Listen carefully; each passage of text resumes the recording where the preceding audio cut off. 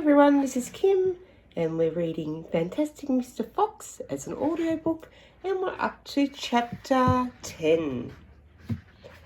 Boggus's Chicken House number 1. This time we must go in a very special direction, said Mr. Fox, pointing sidewards and downwards. So he and his 4 children started to dig once again. The work went much more slowly now, yet they kept at it with great courage, and little by little the tunnel began to grow. Dad, I wish you could tell us where we are going, said one of the children. I dare not do that, said Mr. Fox, because this place I'm hoping to get to is so marvellous that if I described it to you now, you would go crazy with excitement. And then, if we failed to get there, which is very possible, you would die of disappointment. I don't want to raise your hopes too much, my darlings. For a long time, they kept on digging. For how long, they did not know, because there were no days or nights down in the murky tunnel. But at last, Mr. Fox gave the order to stop. I think, he said, we'd better take a peep upstairs now and see where we are. I know where I want to be, but I can't possibly be sure we're anywhere near it. Slowly, wearily, the foxes began to slope the tunnel upwards towards the surface. Up and up it went until suddenly they came to something hard above their heads, and they couldn't go any further. Mr. Fox reached up to examine this hard thing. It's wood, he whispered. Wooden planks. What does that mean, Dad? It means, unless I'm very much mistaken, we are right underneath somebody's house, whispered Mr. Fox. Be quiet now while I take a peek. Carefully, Mr. Fox began pushing up one of the floorboards. The boards creaked most terribly, and they all ducked down, waiting for something awful to happen. Nothing did, so Mr. Fox pushed up a second board, and then very cautiously he poked his head up through the gap. He let out a shriek of excitement.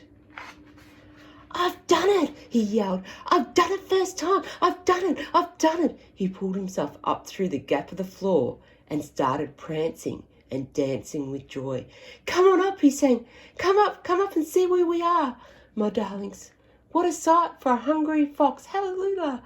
Hooray, hooray. The 4 small foxes scrambled up out of the tunnel, and what a fantastic sight it was that met their eyes. They were in a huge shed, and the whole place was teeming with chickens. There were white chickens and brown chickens and black chickens by the 1,000. Boggus's Chicken House number 1, cried Mr. Fox. It's exactly what I was aiming for. I hit it slap in the middle first time. Isn't that fantastic? And, if I must say, so rather clever. The 4 small foxes went wild with excitement. They started running around in all directions, chasing the stupid chickens. Wait, ordered Mr. Fox. Don't lose your heads. Stand back, calm down. Let's do this properly. First of all, everyone have a drink of water. They all ran over to the chicken's drinking trough and lapped up the lovely, cool water. Then Mr. Fox chose 3 of the plumpiest hens, and with a clever flick of his jaws, just killed them instantly. Back to the tunnel, he ordered. Come on. No fooling around. The quicker the move, the quicker you should have something to eat. One after another, they climbed down through the hole in the floor, and soon they were all standing once again in the dark tunnel. Mr. Fox reached up and pulled the floorboards back into place. He did it with great care. He did it so no one could ever tell they'd ever been moved. My son, he said, giving the 3 plump hens to the biggest of the 4 small children. Run back with these to your mother. Tell her to prepare a feast. Tell her the rest of us will be along in a jiffy as soon as we've made a few other arrangements. And that's the end of chapter 10. I'm also reading chapter 11 in this filming bit. So I'm going to give you the clue now. So you've finished one word.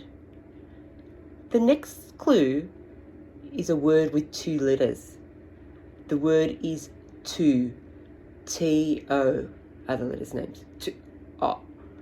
Okay? That's the sound they make. To. So now you should have 2 words.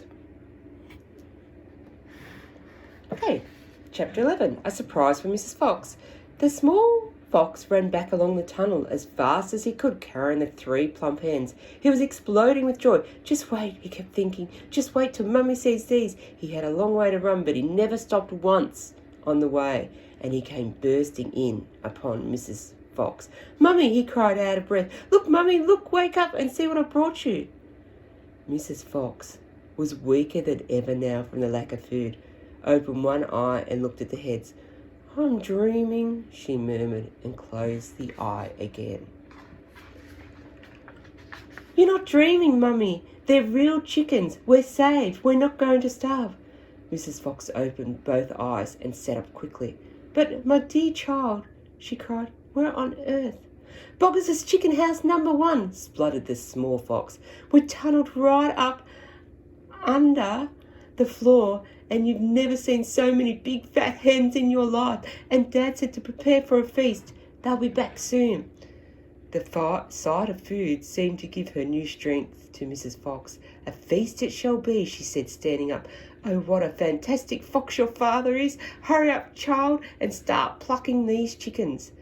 Far away, down in the tunnel, the fantastic Mr. Fox was saying, Now for the next bit, my darlings. This is one will be as easy as pie. All we have to do is dig another little tunnel from here to there. To where, Dad? Don't ask so many questions. Start digging. And that's the end of chapter 11.